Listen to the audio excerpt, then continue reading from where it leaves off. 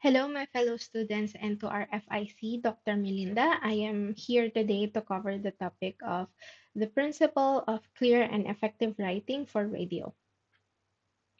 For the Module 12 of our course reference, we are learning about writing for radio. Radio productions rely on script, which is an essential tool for broadcasters to ensure smooth continuity, accuracy, and proper timing. It provides dialogue, directions for music, and sound effects, helping announcers confidently deliver organized and relevant content. In our course reference by Lustria et al., there are six principles for clear and effective writing for radio. These, re- these principles can be explained by noting that writing for radio differs from everyday writing tasks, like reports or term papers, as it requires a specific principle that enhance clarity and effectiveness for audio communication. The six principles are write for the ear as well for the eye, be informal, aim for clarity, put actions into your sentences, use descriptive words, and tie in with the audience's experiences. For this report, we will be focusing on discussing number 3 and number 4, which is aim for clarity and put action into your sentences. My group mates will be covering the other principles. Now, going straight at it, let's discuss principle number 3, which is aim for clarity. According to the journal study from 2014 called Script Writing for Radio and Television by Nain, to retain clarity in writing, we can use the technique called KISS. Now, what is KISS? KISS means keep it short and simple. We should try not to add too much information in a sentence. Now, when we refer to terms such as concise, these are not to be misinterpreted as meaning as short as possible just for the sake of it. What they mean is it's we should convey information as clearly and briefly as possible. To retain clarity in the radio script, we should use familiar words or those which are commonly used by the listeners so they can be easily understood. Prefer words with clear, concise meaning. Repeat important points or messages. And eliminate excess words that will just make the sentence long. So, as we already know, one of the limitations of the radio is it does not hold the listener's full attention. So, if we will consider these tips for clarity, it will help our listeners to understand what is being written for the radio script. We can also use this opportunity to use what we have learned from the Module 2 of our course reference, which is the inverted pyramid structure.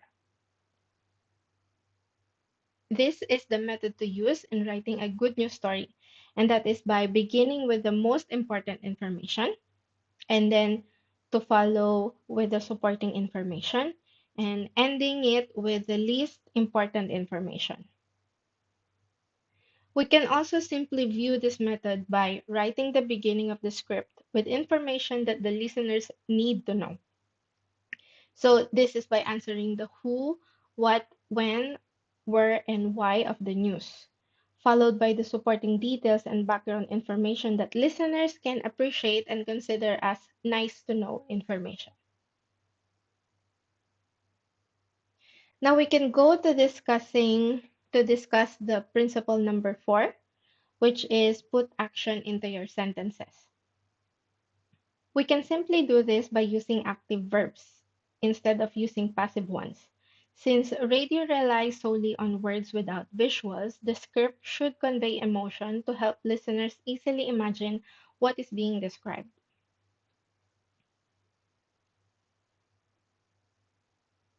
So, to be honest, sometimes I don't realize that I'm using passive voice. So, I'm sharing with you this short clip to easily understand how to ensure that we're using an active voice in our writing. Have you ever noticed how some parts of your writing seem to pop, while other parts don't? Well, you can improve those dull sentences if you think about how you structure them. There are two voices in writing, active and passive.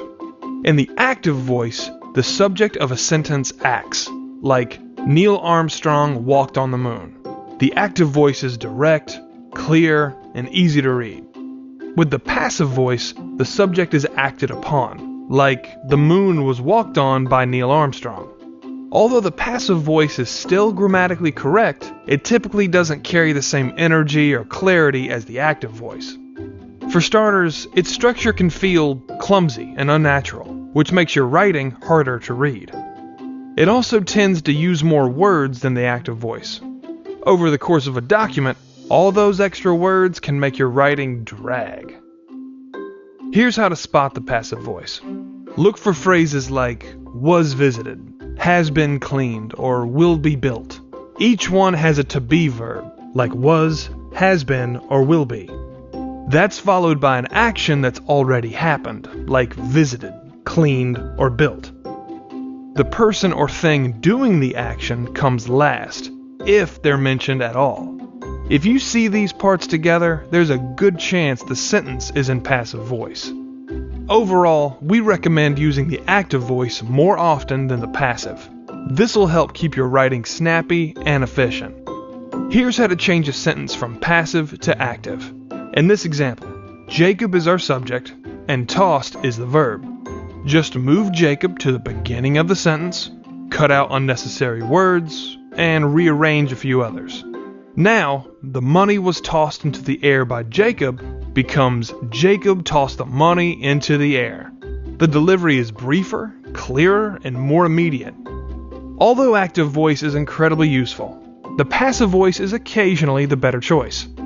For instance, you may go passive if the actor of a sentence is unknown or irrelevant. In this case, we're interested in the amendment's approval, not who approved them. Passive voice is also great for creating an authoritative tone. It doesn't matter who requires employees to wash their hands, they just need to wash their hands. You may also want to go passive when you don't know who's responsible for the action. For example, the mystery was never solved. The voice you use can make a big difference in your writing. The active voice will often add pep and clarity, but occasionally the passive voice will be your best option. Take some time to choose the voice that fits best, and your writing will almost certainly grow stronger.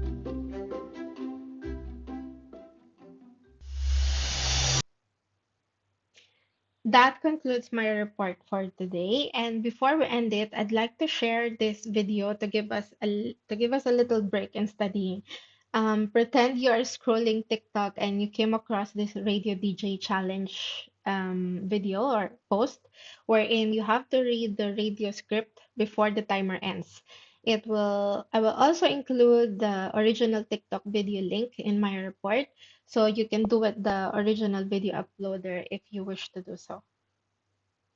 Could you be a radio DJ? Let's find out. You've got 15 seconds, a script, and a timer above. If you're ready, let's go. Get it, let it roll.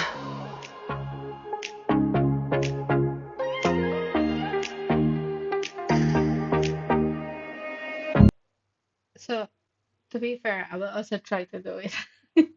Could you be a radio DJ? Let's find out. You've got 15 seconds, a script, and a timer above. If you're ready, let's go. Get it, let it roll. That was BTS with Butter on 987, Singapore's #1 hit music station. It's Faye with you, and if you're feeling tired, this next song will get you going. Here's Olivia Rodrigo with Good For You on Good for 90. you, I guess you moved on really easily. Yay!